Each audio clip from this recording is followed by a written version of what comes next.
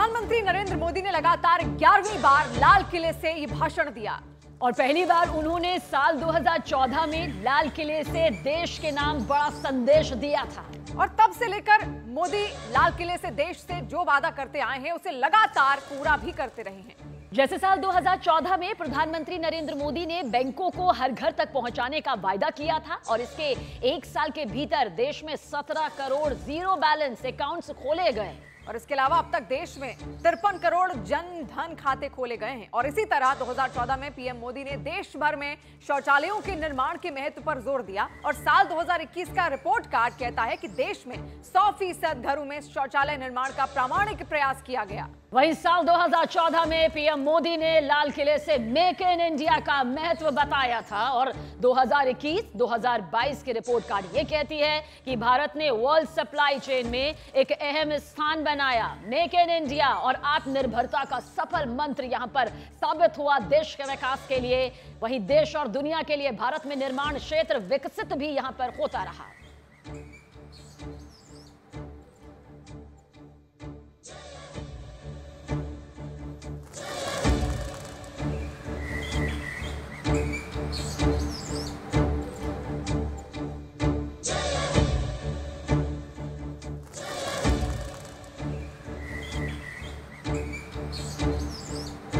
तो प्रधानमंत्री नरेंद्र मोदी ने स्वतंत्रता दिवस के मौके पर लाल किले की प्राचीर से सेक्युलर सिविल कोड की जरूरत यहां बताई है। पीएम मोदी ने कहा कि देश में एक सेक्युलर सिविल कोड की जरूरत है और गलत कानूनों का आधुनिक समाज में कोई जगह नहीं है। पीएम मोदी ने यह भी कहा कि मौजूदा नागरिक संहिता एक कम्युनल नागरिक संहिता है और अब हमें एक धर्मनिरपेक्ष नागरिक संहिता की आवश्यकता है।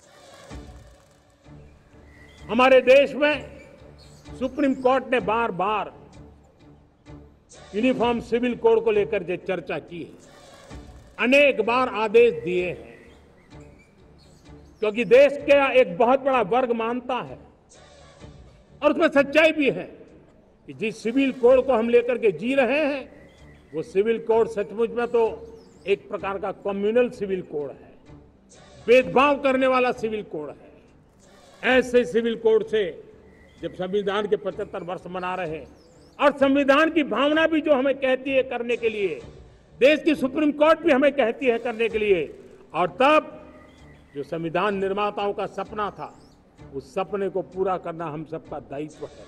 और मैं मानता हूं इस गंभीर विषय पर देश में चर्चा हो, व्यापक चर्चा हो, हर कोई अपने विचारों को लेकर के आए और उन कानूनों को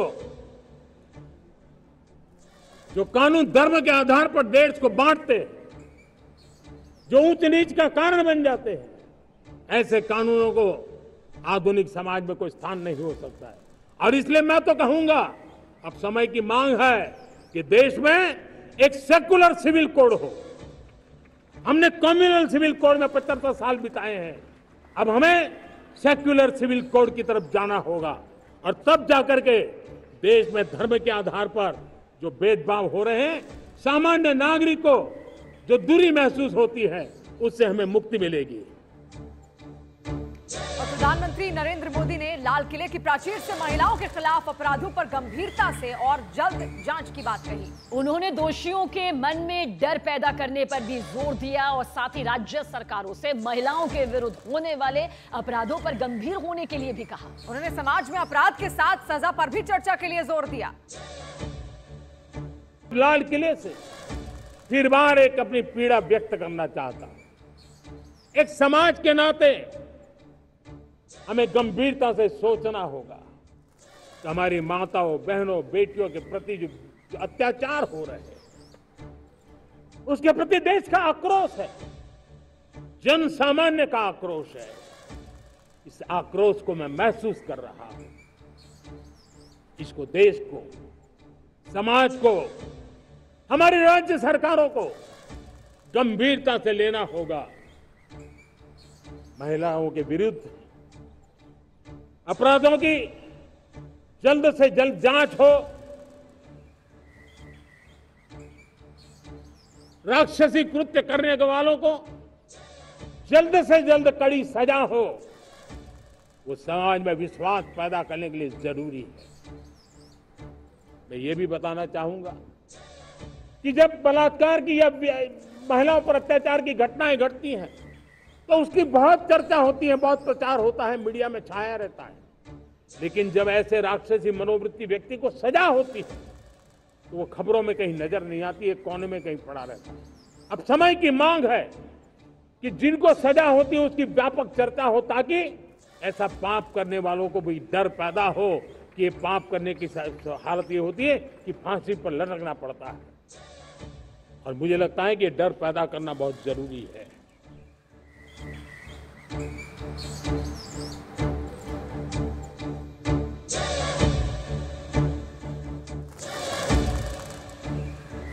और प्रधानमंत्री नरेंद्र मोदी ने देश के नाम अपने संबोधन में आतंकवाद पर भी कड़ा प्रहार किया। उन्होंने कहा, सेना अब सर्जिकल स्ट्राइक और एयर स्ट्राइक करती है, जिससे 140 करोड़ देशवासियों का मन गर्व से भर जाता है। यही देश है जो कभी आतताई आतंकवादी हमें आकर के मार के चले जाते थे। जब देश की सेना सर्जिकल स्ट्राइक करती है, जब देश की सेना एयर स्ट्राइक करती है, तो देश के नौजवानों का सीना ऊंचा हो जाता है, तन जाता है, गर्व से भर जाता है। और यही बातें हैं जो आज 140 करोड़ देशवासियों का मन गर्व से भरा हुआ है, आत्मविश्वास से भरा हुआ है।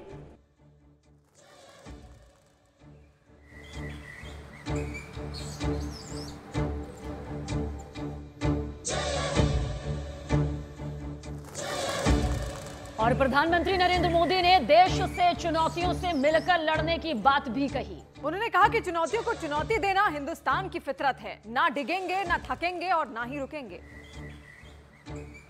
चुनौतियां हैं, अनगिनत चुनौतियां हैं। चुनौतियां भीतर भी है, चुनौतियां बाहर भी है। और जैसे जैसे हम ताकतवर बनेंगे, जैसे जैसे हमारा तवज्जो बढ़ेगा, तो चुनौतियां भी बढ़ने वाली है, बाहर की चुनौतियां और बढ़ने वाली है। और मुझे उसका भली भांति अंदाज है। लेकिन मैं ऐसी शक्तियों को कहना चाहता हूं, भारत का विकास किसी के लिए संकट लेकर के नहीं आता। हम विश्व में समृद्ध थे, तब भी हमने कभी दुनिया को युद्ध में नहीं झोंका है। हम बुद्ध का देश है, युद्ध हमारी राह नहीं है। और इसलिए विश्व चिंतित न हो भारत के आगे बढ़ने से। मैं विश्व समुदाय को विश्वास दिलाता हूं कि आप भारत के संस्कारों को समझिए, भारत के हजारों साल के इतिहास को समझिए। आप हमें संकट मत मानिए, आप उन तरकीबों से न जुड़िए जिसके कारण पूरी मानव जात का कल्याण करने का सामर्थ्य जिस भूमि में है, उस भूमि को ज्यादा मेहनत करनी पड़े। लेकिन फिर भी मैं देशवासियों को कहना चाहता हूं, चुनौतियां कितनी ही क्यों ना हो, चुनौती को चुनौती देना ये हिंदुस्तान की फितरत में है। न हम डिगेंगे, न हम थकेंगे, न हम रुकेंगे, न हम झुकेंगे। हम संकल्पों की पूर्ति के लिए 140 करोड़ देशवासियों का भाग्य बदलने के लिए, भाग्य सुनिश्चित करने के लिए, राष्ट्र के सपनों को साकार करने के लिए हम कोई कोर कसर नहीं छोड़ेंगे। हर बदनीयत वालों को हम हमारी नेक नीयत से जीतेंगे, ये मैं विश्वास देता हूं।